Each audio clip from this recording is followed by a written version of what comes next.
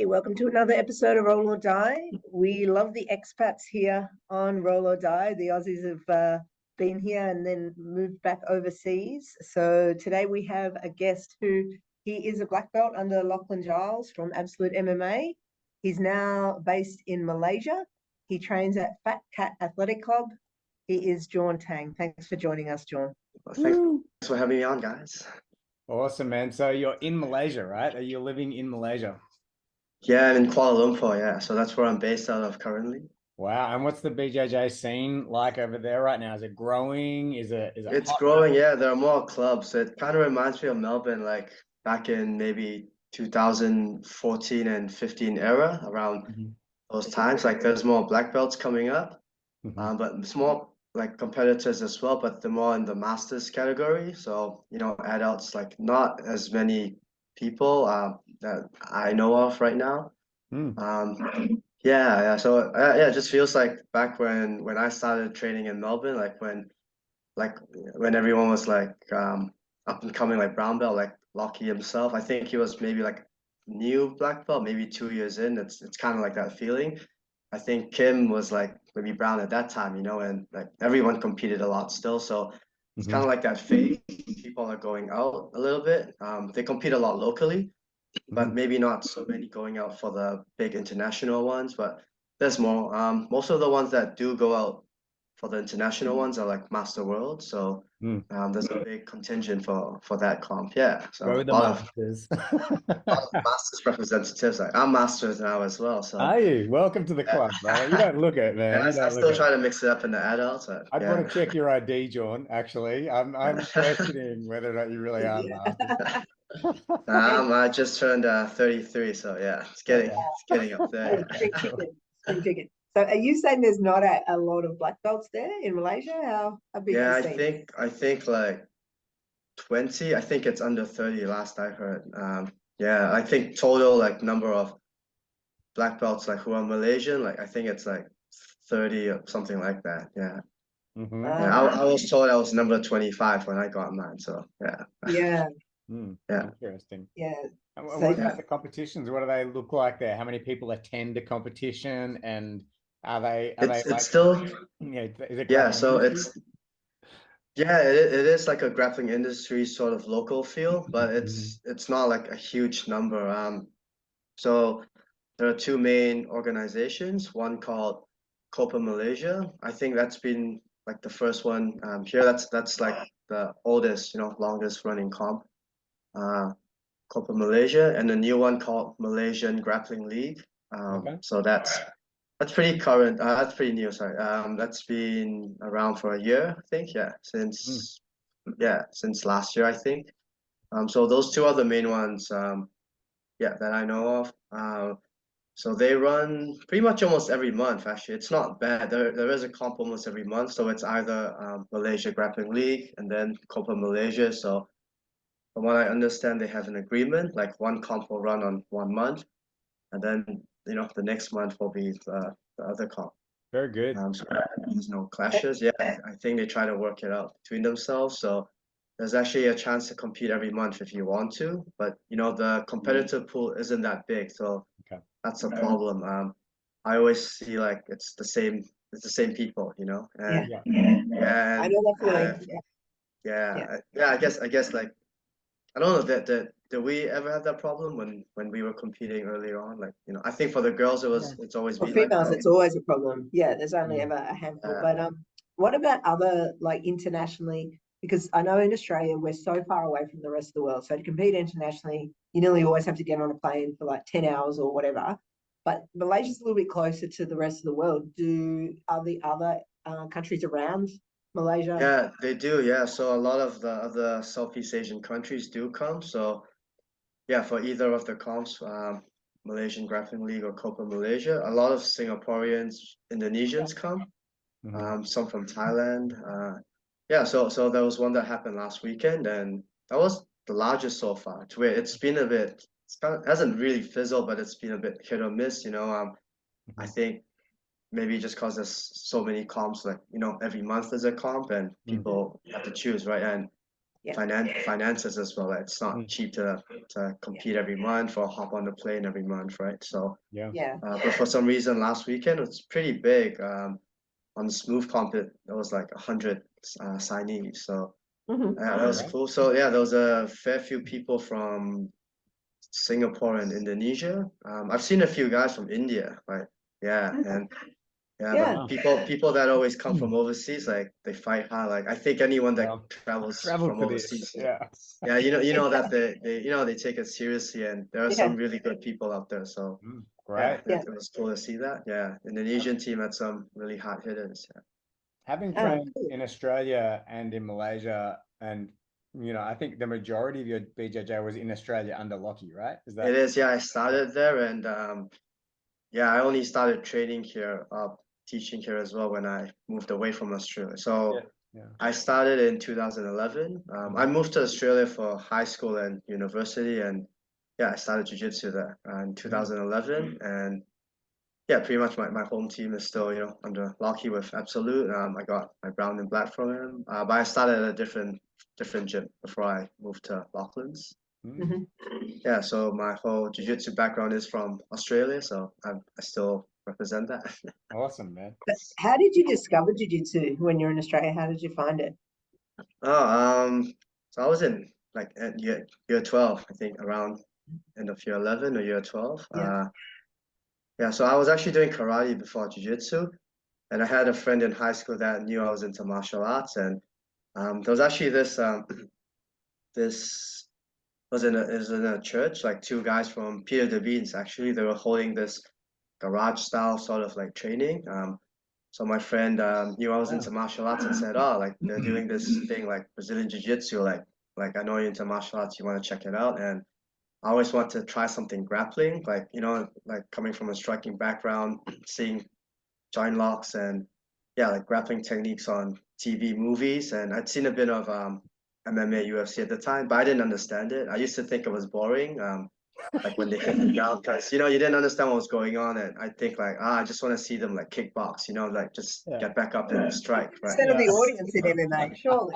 Yeah, but yeah, so yeah, I Was thought, that oh, Chris that's cool. Like Arnott? I Was want that Wombat that you went to in Clifton Hill? no, it was in Somewhere else. Blackburn. It was Dion, was it I don't know Dion if you know Perkins? them. It was by this two blue belts called one called Andy Smith and another called Dave. I forgot his last name. His name is Yeah. David, and Uh-huh. he became purple belt Yeah. afterwards. Uh-huh. Amazing. I think they moved on to AET. Yeah, Okay. Ah, yeah, we need to track Yeah. these people down. That's great. yeah. But Awesome. maybe you might have remembered them, Kim. Yeah. They were at the Bean HQ. Isn't it? Okay. Okay, so here's the Yeah, interesting thing to consider about that, right? This purple belt and this blue belt running something out of a church hall or the garage or whatever, they yeah, caused a black belt who's now the 25th black belt in Malaysia. Like without them, you may never have Yeah. been in this universe yeah. reality. Yeah. So good on them. Yeah, I so want to find them. Yeah. so that's how I started, and yeah, I loved it off the hook, right? So I always, want to try something grappling based. Like I'd see someone do like an armbar, and I thought like, like how does that work? Like why would someone tap out? They're just holding an arm. Like what makes this happen? So Mm. I remember my first session, they taught us a bit of like grappling for self-defense and like how to escape mount if someone sits on you, if like they could hit you and like if you couldn't really hit them back or it wouldn't be as effective. Like you have to learn how to do grappling to beat grappling, right? And Mm. yeah, like I was like caught. Like right after that I was like hooked. That's So Yeah. awesome. yeah, that place didn't continue for too long after that, and I wanted to keep training like seriously, so I was looking for a few like proper gyms to join, and that's when I found Perkins. So Perkins Jiu Jitsu under Dion Perkins is my first gym. Wow. So yeah, that's in Ringwood. That's where I started, and that's where I met Kim too. Yeah, she would come on Sundays for comp training, and yeah, yeah, Amazing. Get beat up. yeah. Yeah. I Yeah. my guess was, and I don't know why, but my guess was that in that garage or that church hall, that was Perkins that you were training with in the beginning. I was wrong, but I was only out by Um, like one step. Anyway, One yeah, time. like little steps. Yeah, yeah. that's right. It's crazy. Okay, so my question for you, you coach in a club in Malaysia. You've Yeah. definitely come up in Melbourne. What do you notice as the difference in cultures between the Malaysian grappling community and the Australian grappling community? Other than I think Malaysians love food more than Australians. Like food is just such an important part of the culture. But what else? Food's definitely different. It's definitely harder to cut weight in Malaysia if you're eating all like the good stuff. They like a lot of like starchy, heavy carbohydrates sort of food. A lot of like rice dishes and fried meats. And I try not to like have that too much. Yeah. Yeah. Especially when you have to cut down to 66, like, every so often. Yeah. Yeah. So, Yeah. but jiu-jitsu culture-wise, it is pretty. There's a big contrast. I feel like Melbourne is very developed. We have so many world champions from Australia now. Like, Mhm. especially Sydney. Sydney's taken like a new boom. Like it used to be like Melbourne would have like the Nogi crowd, right? Like people coming on Melbourne would be Yeah. placing, podiuming at Worlds and stuff. Yeah, now Sydney's got like more gi champions. I think it's like for the last maybe 5 years or so, like feels like Melbourne is the place for Nogi and Sydney is the place for gi. Interesting. Maybe I'm wrong, but it feels like to me it feels like that. Yeah. Amazing. Yeah. Yeah.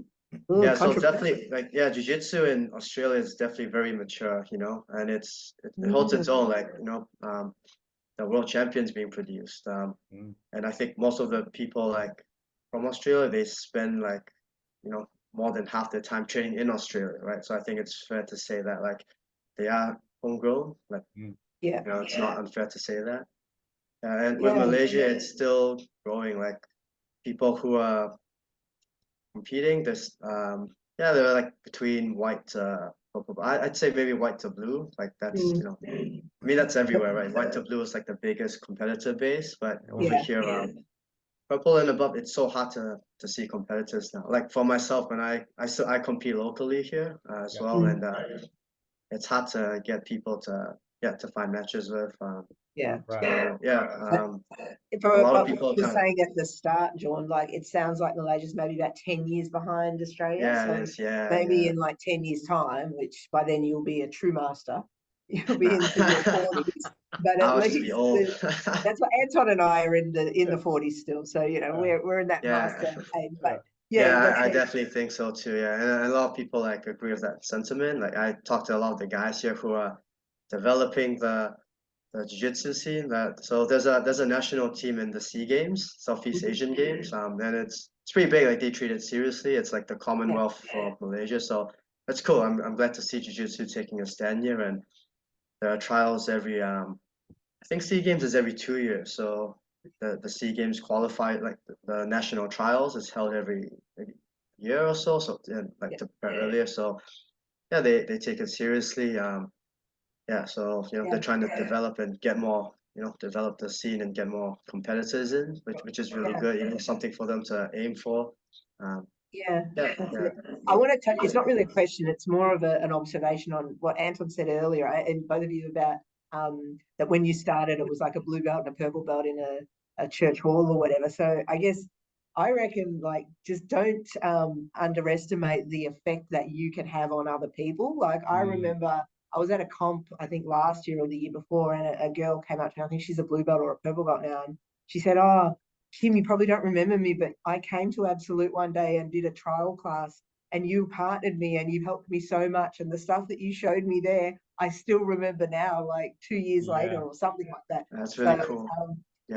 like I said, just don't true. underestimate anybody that's listening. If you think that what you're doing isn't having an effect, I guess it is. And what you're saying too, Journ, about Malaysia and what is happening now, it's probably going to be only in 5 years or 10 years time that you really see the effects of the impact you're making now. So which true. is So Yeah, I true. hope so. Yeah, I tend to forget that as well. Yeah, like we've had guests on the show, like Aaron Anlar. He's a black belt, but he literally figured out jiu-jitsu from videos in Turkey and kind of was part of bringing jiu-jitsu to Turkey, And it's quite amazing. Like, what you're doing is like it's pioneering as far as I'm concerned. You're planting the flag with a bunch of I guess so. for jiu-jitsu, and it's really cool, man. It's exciting to be part of that. So yeah, it is great, Kim. You're right. I Absolutely. think we Yeah. need more people like that. Like that, it's not just me alone. Like, there are lots of coaches here and really some really good, talented coaches and athletes as well. So yeah, Yeah. it's a collective effort, right? And tell us about your coaching there at Fat Cat Athletic Club. Like, what's an average class size like? Is it mostly made up, like you said, of white and blue belts? Yeah, so it's a pretty young gym. It just opened last year. I think, yeah, not long after COVID, after the lockdowns eased up. So it's mainly white to blues, more whites, yeah, because it's such a young club. I think a few colored belts are joining, like, more like purples and stuff. Or I see, um, like from the pictures, like there are some days that I'm not there. So I teach on Monday, Tuesdays, and Fridays, and we're trying to start like more classes as well. So on the days that I'm not there, I'll be coaching at other places or training. Um, yeah, so yeah, it's growing. Like most of the student bases are white belts, and there's a healthy amount of girls as well. So I think that's really cool. Like very happy to see that. Like people say, right? It's a healthy sign if there's like a big Oh, this is it. following of girls in your club. Yeah, yeah. Yeah, So that's that's it. yeah, Fat Cat Athletic Club. So Yeah, I I like the fully I was believe wondering that. what the welcome to logo come would by be, if you ever man. visit. And there we Sorry, go. sorry. Yeah, it's got a cute design. It's pretty cool. Yeah. Yeah. So it's not just jiu-jitsu. It's like it's got a powerlifting area, like weights. It's Wow. got ice bath and sauna. People love that. So yeah, Yeah. and it's got like its martial arts program. So it's kind of like Bernardo Faria's gym. It's in a bungalow house. It's in this residential area, Right. and Yeah. yeah, it's like 2 floors. So they turned the house into a gym. Yeah. Awesome. Wow. And is it gi and no gi? Yeah, How gi and is that nogi. Yeah, split? so I teach more nogi than gi right now, but I still love both. Yeah. Are they equally attended? Like, is there more people coming for the no gi sessions, or what would you say? I think so. I hear Thursday's nogi class is pretty big, but just cause Thursday only has one jiu-jitsu class. Uh, The yeah. other days, Monday, Wednesdays, and sorry, Thursdays does have two jiu-jitsu classes. So Yeah. it's got fundamentals and then intermediate or all Yeah. levels. Yeah, so Do you those find photos are like from people? last year. Now it's if you check on the Instagram now, it's probably double the number. So it's pretty cool to see the growth. Yeah, yeah. Yeah. Do people come across like from the powerlifting? Or I know we've had guests on before who joined like a CrossFit gym and then they walked across to A the. little bit, yeah, yeah. Like eventually Yeah. they go like, oh yeah, I want to try this out, and they like, yeah, they some stay, some don't. Like you know how it is. Like some Yeah. people, and not everyone stays in jiu-jitsu, but Mhm. at least they try it out, and who knows, maybe in the future they might come back. So Absolutely. yeah, They I don't think come back, John. Let's face it, they don't come back. that's how yeah, Kim's they're missing partner out. found Yeah, jiu-jitsu. Probably it was powerlifting, and then there was some Yeah. jiu-jitsu. yeah. Well, maybe not. Maybe he just found it through you, Kim. Actually, probably. Yes. True. So Yeah. there are 3 other coaches, including myself. Yeah, so Yeah. that's Mike How over many? there, purple How many belt. coaches? Very good. Three. I thought you I think said there's 300. about 3 or 4. Yeah. Myself, Mike, Yeah. Sam Chu's brother from Immersion. We call him Oh, Chewy. okay. He's very good too. Yeah. That's him. Yeah. And another guy called Kin. He's the MMA coach. Yeah. So 3 jiu-jitsu coaches, including myself. Oh, Yeah. Yeah, great, awesome. man. Awesome. Yeah. And what are you kind of learning?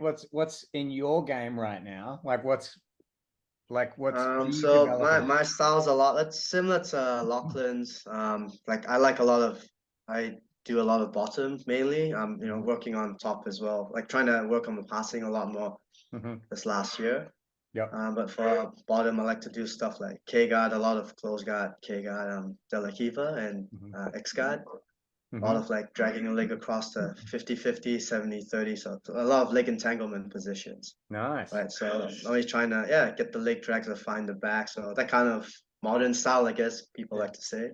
I mean, people are learning to Yeah, counter that stuff though, right? So like, are you yeah, a finding lot you of have to like keep counter leg. developing? Yeah, like Yeah, and it's fun. Yeah, just working on that. Yeah, and for top, I don't know, be kind of liking more like close distance passing, like getting into knee cuts, so just tight sort of passing, and chaining that with loose passes, like so a lot of Torianos, like leg drags, Torianos, that kind of like movement style to getting in close. Like you always have to mix it back and forth. yeah. I'm trying to get better with stack passing, so Something I see Locke and Levi do. You know, changing to a lot more over-unders or single stack. It's good. Yeah, I never used to do that. I would just do like open and like around the legs or through the legs style of passing, but like adding like under the legs, like stacking. That's like third dimension. It really helps to like, you know, it's another layer to crack the opponent's defenses, right? So Beautiful. given that you are one of the higher ranks in pretty much in your country, how do you go in sharpening your skill set when you're rolling mostly with lower belts? Like, it doesn't sound like you have the opportunity to roll other black belts or even brown belts very often. So I do at Fat Cat's main, like the main affiliate, like the gym that they're under, it's called Marcos Escobar. That's like the HQ for them. So on my days that I'm not at Fat Cat, and on weekends where they have open mat, that's where I'll be training normally. So there are a lot of higher belts there.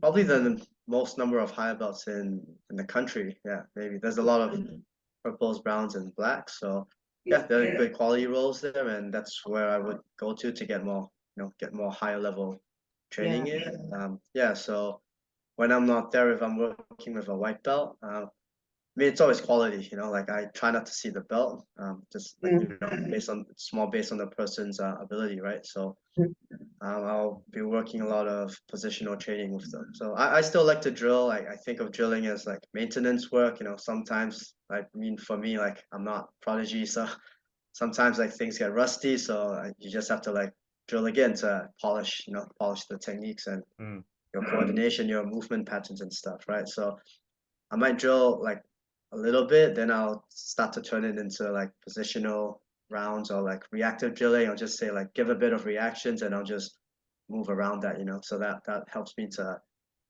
get the real time, like to do that with realism, with more aliveness. Yeah, so I feel like that. And if like a lower belt that I work with isn't really good at giving appropriate responses, I'll just show them like what they should have been doing, you know. Like Great. I'll try to show them to like defend in a way that would be difficult for me. So yeah, you just have to teach them how to beat you. defend what you're doing properly and, you know, do positionals with them. Make your own punching bags. I like it. Yeah. So I think for most part, like I've spoke to a few people about this, you know, like around the world, it's pretty common. Like you know, everyone's like there are a lot of like jiu-jitsu nomads in the world. Like I'm not the only one in this situation, right? Like a high belt training with like lower ranks. So yeah, you have to build good training partners and you have to show them how to react properly so, you know, the training can improve. Yeah, but I'm still really lucky. I get like high level training partners, like not just in Kuala Lumpur, but I go to Singapore like yeah, quite frequently as well, like every 2 months or so. And when I'm there, I get to train with Mikey Musumeci, his team there. So that was been really good. And probably last year, the last 8 months, that's been the bulk of my technical development as well. So like he's really cool. He helped me a lot with my game. Like we have similar styles as well. He's like Lockie's style, like exactly the same, but he's just really small. And he has his own spin on you know, they do the same positions, but he has his own take on it. So yeah, I love it. Like I try to blend like, you know, both people's methods. So yeah. and is helped me a lot. Is Lockie still your coach? And do you have a Yeah, he's still my coach. I still talk to him. I still ask him for feedback and stuff. But he's such a busy guy. It's hard to like, you know, like get time sometimes. So I get that. What does that feel like? Like, do you feel a bit disconnected from that coaching? And this is no disrespect at all to Lockie or anything else, but I'm just, as a human being, you're out there, you're in another country, you're trying to develop the jiu-jitsu scene over there. Do you sometimes feel like maybe I should get another coach that I can have a more direct line with? Or are you like, no, I get what I need out of that relationship? What's that like for you? No, I get what I need out of like when I have questions, like I'll ask him, and I have other friends, you know, back at Absolute as well. Like, you know, Misha's always been one of my best training partners and like jiu-jitsu mentors and friends like from St. Kilda, and I'll ask him stuff and he'll help me out. So yeah, like I get enough. Yeah. Yeah, awesome. And there's some meta, so yeah, Yeah, how good there's is more that, than man? I'm loving materials. sub meta. I'm loving sub meta. Yeah, But some that's meta. great that you can have that relationship like from across the world. Like that says a lot as well. Like people don't need to have the excuse basically of, I can't get enough of my coach's time. Like if you can make that work from across the sea with someone as busy as Lockie. Yeah, I try to do that. And I think like Yeah. for me, I think I came to a point where like you have to mature like individually a little bit. Like you have to kind of rely on yourself. Like Mm, I didn't want to be like spoon fed or just rely on like Lockie all the time. I think I was a bit more like that at Purple after I left Australia, and because you only knew so much, right? And like you're mhm. still really like young at the time, you're not that experienced in jiu-jitsu. Like I mean like competitively and yeah, Yeah. probably like knowing the whole scope of the scene and understanding jiu-jitsu as well. So Mm, probably then I would have to, like almost every week I'd be like, ah man, like I wish Lucky was here. I wish I could like ask him about this. And I mean when you get better to a point, you kind of also want to draw your own conclusions and be able to work out your own answers and stuff. mm. Yeah, it kind of reminds me of Craig. Like, I mean, I didn't know Craig too well, but from the little conversations I've had with him in the past, or like listening to his interviews and stuff, he was very independent like that, and Yeah. reverse engineering like stuff and working it out Well, himself. he's a So pretty shit grappler. So I mean, it obviously didn't work very well for him. yeah, terrible example, right? Yeah. I could easily Yeah. beat that guy. He's all hype. Yeah, but I feel like people should get to a point where you should feel like independent enough, you want to Yeah. feel confident enough that you Yeah. can draw your own conclusions and know that like the things that you're coming up with or the conclusions you're drawing are pretty solid. Yeah. Absolutely.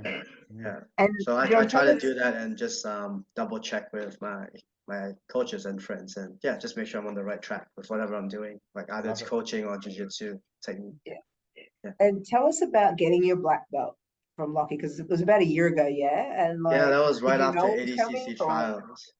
No, yeah, I didn't see it coming. Lucky never tells you, but like, I mean, I didn't expect to uh, get promoted or anything. I just went back for the trials. I just wanted to compete, and that was my first trials, and I just went in there with like no expectations. I just wanted to get my feet wet and see what it was like. First time doing ADCC trials and everything. Yeah. So did that, and then he just asked like, okay, he asked me if I was staying for grading. I didn't even know there was a grading, so I said, oh, like yeah, I'll still be around when grading happens. And he just goes like, oh, okay, like what's your belt size? What a legend. So, yeah. Yeah, he's So so I don't know. I understated. mean, That's what I love there's about him. always a chance, like he might be asking that because another guy is your size, and Yeah. so Yeah. yeah. So I ended up me and other other few people, we all got black belt that grading. So That's that was awesome. very surreal. Yeah, it's still pretty special. Like thinking back, it would be next month would be a full year. Yeah, got in July. yeah, So Mm, yeah. yeah, congratulations, man. yeah, That's yeah. Thank amazing. you. And Yeah. for like your journey, like what stood out for you? Like we've only got 7 minutes 48 left, right? But what stood out for you as some of the kind of bigger adversities that you faced that maybe nearly took you out or nearly had you quit? Did anything like that happen? Yeah, I think so. I think that grading, people have asked me like a similar question as well, and Lucky brought this up with the speech. So I think the black belt to me like represents perseverance, like Mhm. whether you're injured or like like COVID came, things get in the way, but you always try to find a way to train. Like I think the black belt represents dedication. It's not like skill and ability are important to me as well, and to Lachlan for sure, but it also represents dedication. So I'm Mm. starting to see more like I don't have much experience grading people yet. I've only done like maybe one or two promotions, but like assessing people, like there's more to just jiu-jitsu technique in when you promote someone. So a big part of me is also seeing like character and integrity, and Mm. yeah, just putting dedication to the art. So Mm. I think that's what like for me getting black belt represented. A big part of it was dedication. So yeah, like I trained throughout COVID as well. And it's not just training when gyms open. Like I made training happen, you know, like Mm. probably illegal, but like I got like two trusted friends, like just make sure we weren't all sick or whatever at the time, and Yeah. we just made a group and we kept training, you know. Like I just Yeah. like for me, I just couldn't like not train for 2 years. Yeah. Yeah. Absolutely. Yeah. What's COVID like? Yeah. And even Well, now, like even if like let's say I don't know, something happened, like let's say, so like for me, like I wanted to focus more on nogi and kiriki is more predominant. So I just had to make my own nogi training group, you know. Mhm.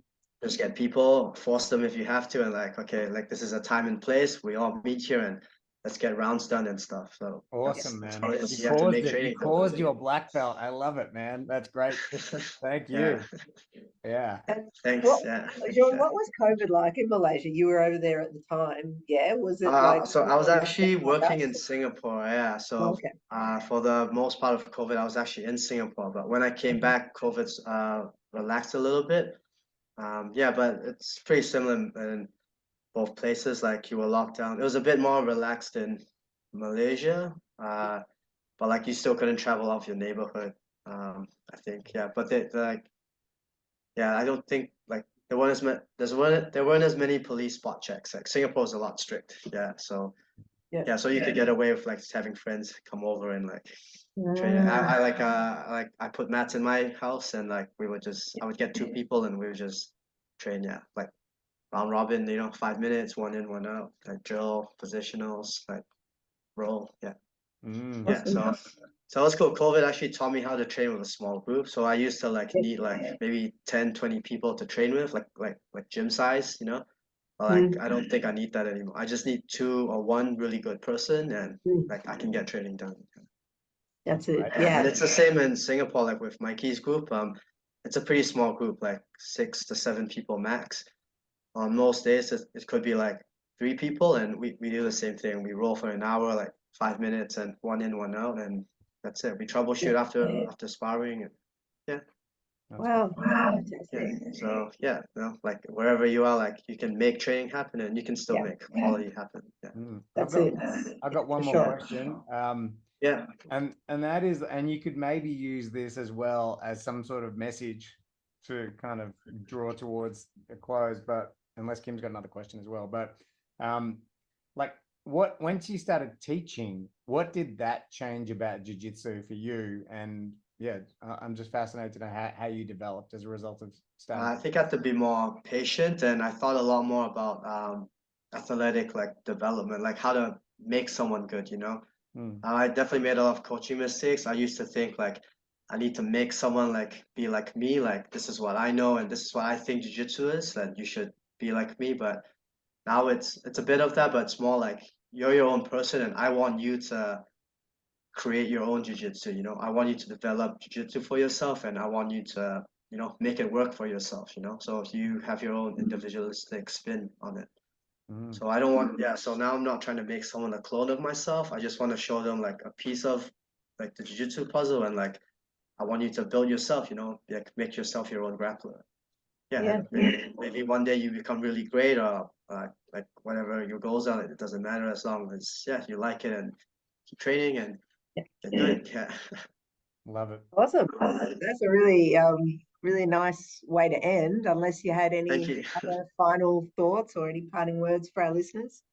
Just I don't over know, 2 minutes to go. I hope this was a good chat, like good listen for the viewers and stuff. And yeah, it was really fun. Yeah. So my second podcast. I've done one before, but yeah, I don't have much Yeah. experience like speaking on Cool. these things. So Mhm. hopefully it was a good listen and it didn't bore anyone. No, you were a No, great you're in a guest. esteemed company, Journ. Last episode we had, I think, one of the highest ranked jiu-jitsu practitioners in Australia on, and he's Carlos about to Vieira, become a yeah, red I belt. saw No, that. not Carlos Yeah. Vieira. No.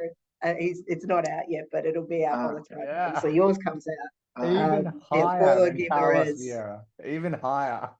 Yeah, Ah, he's a cool. Wow. sixth degree black belt, but that's all good. I think, yeah, you're definitely worthy of being a guest on this show. So thank you very Thank much you. for giving up Thanks your for having time. me, guys. I Yeah. enjoyed it And we today. Thank you. will have this out in a couple of weeks. If you could share it, we would love to get an audience in Malaysia. We're trying to saturate the Australian market, but why not do the Yeah, entire I'll do. world? Go Okay? So overseas, yeah. I'll do. let's get that Journ, happening. yeah, you're an absolute legend, Journ. Thanks so much, Thank you man. so Really much. appreciate Thank it. you, guys.